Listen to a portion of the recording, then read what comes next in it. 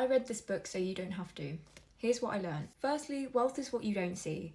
There's that famous phrase, money talks and wealth whispers, and I think that's really relevant here because a lot of social media tries to convince you that the epitome of wealth is fancy cars and designer clothes, but in actuality, wealth is what you don't see. It's your savings, your investments, your assets. That's not to say that rich people don't buy nice things, of course they do, but one of my favourite quotes from the book is that someone with a $100,000 car might be wealthy, but all that tells you about their wealth is that they're $100,000 less well off than when they bought the car, or they're $100,000 more in debt.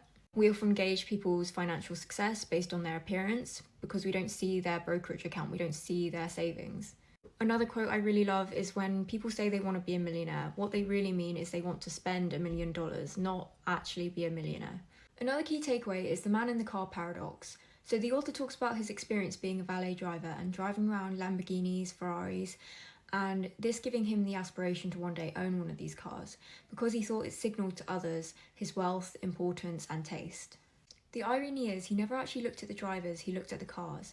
Instead of thinking, wow, that guy is so cool, he was thinking, how cool would I be if I had that car? So that's where the paradox comes in, because we're buying these things because we want to be seen as wealthy so that we're liked and admired. But often the people that you're trying to attract to admire you aren't doing so because they're only using your wealth signalling as a benchmark for their own desire to be liked and admired.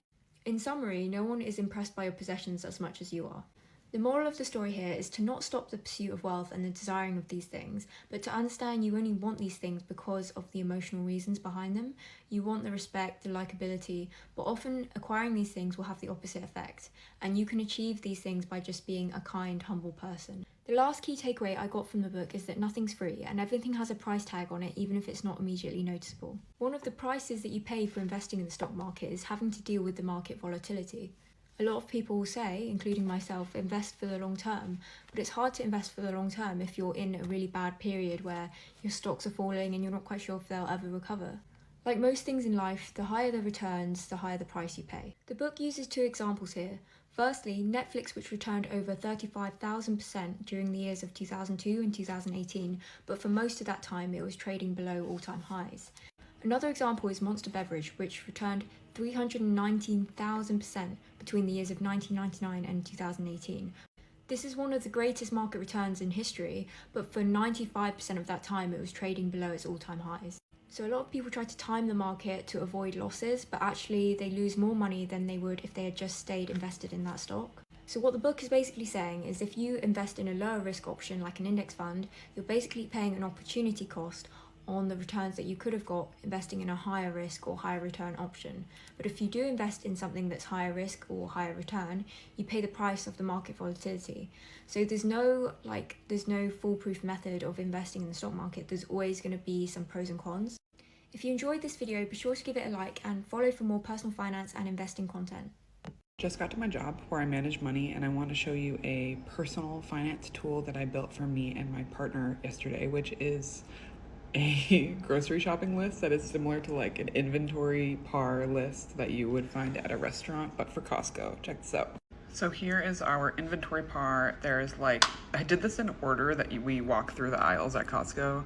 So there's like toothpaste. If at home we have less than half a tube, that's the par, we buy a 4-pack. And here you can be like, yes.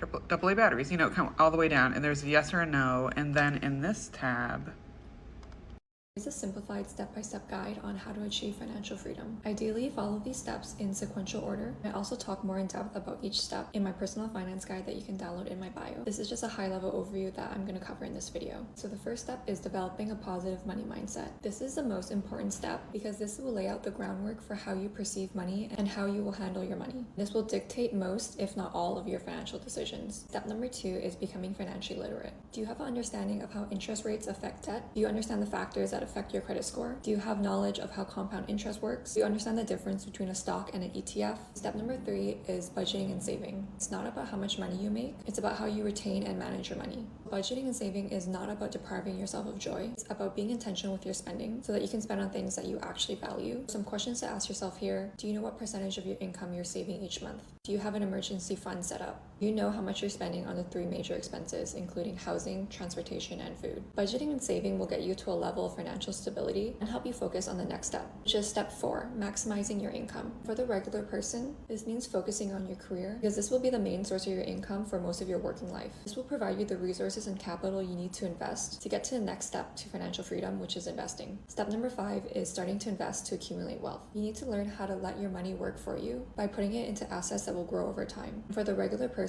the stock market is a great starting point to build wealth. It's accessible, it doesn't require a high level of expertise, and you don't need to dedicate a lot of time to managing your investments compared to other asset classes like real estate or investing in a business. Eventually, you will get to a point where your investments can replace your salary, and you aren't dependent on one main source of income anymore. At this point, work can become an option, and ultimately that decision is yours. And that is the roadmap to financial freedom. It's much easier to break down a daunting goal into smaller actionable steps. I really hope this helps. I have over £50,000 in student loan debt. Here is why I'm in no rush to pay it off. I see student loans as more of a tax as opposed to debt.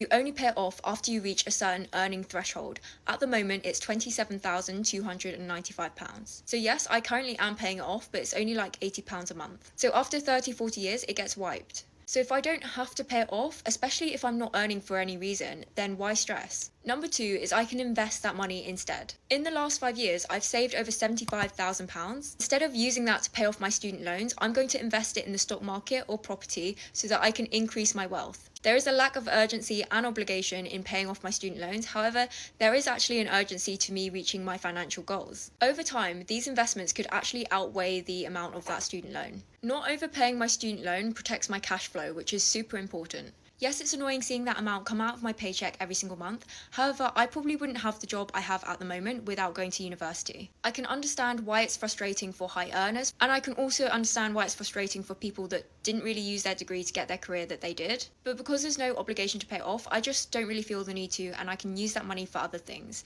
If you enjoyed this video, give it a like and follow for more personal finance and investing content from me.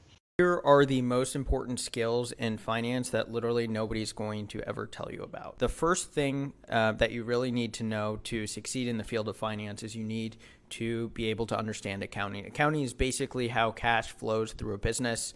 Being able to read financial statements. They say English is the language of business. You can get up to a 20% increase in pay by learning English. For accounting, it's even higher. Number 2 is being able to assess a business from a qualitative standpoint, to be able to look at the business and understand how it fits into the industry, how its product compares versus competitors, and what strategy that it is currently undertaking in addition to the vision from the management team that is ultimately going to allow it to outperform. And the last and one of the most important things that nobody will ever mention, you guarantee you've never heard of it ever before, is the ability to group line items in financial statements. And basically this comes down to different companies report things in different ways, but you have to be able to understand what those different line items they report in their financial statements are and group them into the appropriate categories in your financial model. This is extremely time consuming. It's usually something that can only be learned through practice, but if you can get really good at it, it can make you a really good modeler. So the better you get at that, the better for you. The top 10 financial certifications by my friend Nicholas Butcher. Let's start with Certified Public Accountant. This means that you're an expert in accounting, tax preparation, and financial planning. Next is Certified Management Accountant. This is an expert in management accounting, financial planning, analysis, and controls and decision support. Chartered Financial Analyst. This is a certificate in investment analysis and portfolio management. Financial Modeling and Valuation Analyst. This is for someone that demonstrates expertise in financial modeling, valuation, and analysis. And it's Financial Risk Manager. This is people that show proficiency in identifying, assessing, and managing financial risk. Certified Corporate FP&A Professional. These demonstrate proficiency in financial planning and analysis, budgeting, forecasting, and decision support. As a Chartered Accountant, these are experts in financial accounting, taxation, and auditing. Chartered Certified Accountant, and these demonstrate expertise in financial management, taxation, auditing. Certified Internal Auditor, and these are proficient in internal auditing, risk management, and controls. And then Certified Treasury Professional. These are proficient in managing corporate treasury operations, cash, and risk management. Every January, I like to organize my finances, set money goals, and start the year strong. So come to a cute cafe with me as I have my first solo money date of 2025. Step 1. Know your income. Your income determines how much money you can spend, so figure out how much money is coming in each month. Step 2. Calculate your fixed costs. Write down the essentials you must pay for each month, like rent, utilities, and insurance. This shows you what's going out. Step 3. Get clear on your debt. List your debt balances and interest rates. Knowing your rates helps you focus on paying off high-interest debt faster. Step 4. Create a budget. Set realistic spending categories that fit your lifestyle. Your budget should empower you and not limit you. Step 5. Dream big. Write down 3 things you want to save for this year. These savings goals will motivate you to stay on track and guide your money decisions. Once you've done these steps, you'll have a clear picture of your finances and feel empowered to reach your goals. And I'd love to know what's one goal you're focusing on in 2025. Let me know in the comments. You have one more day to utilise your ISA allowance before it disappears forever. Every tax year, the government gives you £20,000 to deposit into different kinds of ISAs. An ISA is an individual savings account, and there's lots of different types. You've got a cash ISA, which is a savings account where any interest you make on cash is completely tax-free. A stocks and shares ISA, where you can invest in stocks, bonds, funds, and again, any gains made here are completely tax-free. And then you've got a lifetime ISA, which helps you save for your first home or retirement. And you're probably thinking, Mia, bold of you to assume that I have £20,000 I can just put in an ISA. Don't feel bad about not being able to max out your ISA allowance. Very few people do. But it's a reminder that if you don't use the allowance, it doesn't get rolled over. You lose it forever. Remember that when investing, your capital is at risk. Investments can go up or down, but generally, over the long term, the global stock market has generally gone up. If you've been putting off putting some cash in a cash ISA or putting some money in a stocks and shares ISA to invest, then now is a perfect time to do so, because tomorrow the allowance resets and you'll get another £20,000 that you're able to put in. So make sure you use your ISA allowance before you lose it. If I were to start over with investing, then these are the 3 things I would only invest in as a complete beginner, coming from a 36-year-old former public school teacher with a net worth of $2 to $3 million.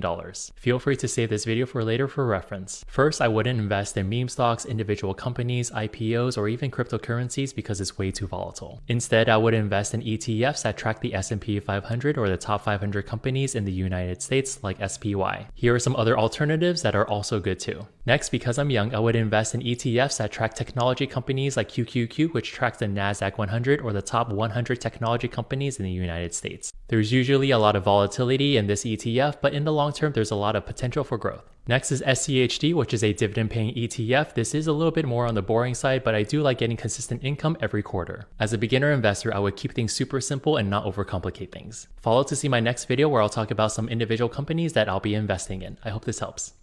I'm set to soft retire in my early 40s. Here's exactly how I'm doing it. So at the moment, I'm 24 with 70k in savings, but my goal is to get to 875k by the age of 40. And that's because this is the amount that I need invested in order to live off my investments passively. So how did I get to this number? Well, it's based on the 4% rule, which is where you can withdraw 4% of your portfolio every year without running out of money. And that's because the global stock market on average returns 10%.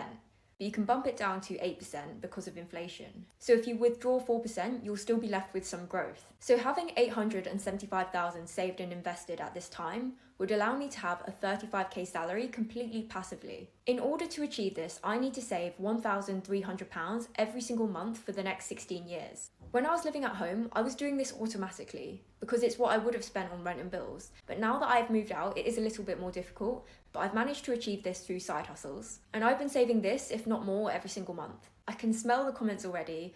35k isn't going to be enough for you in 16 years. It may be worth less in the future, but I'd rather have that than nothing.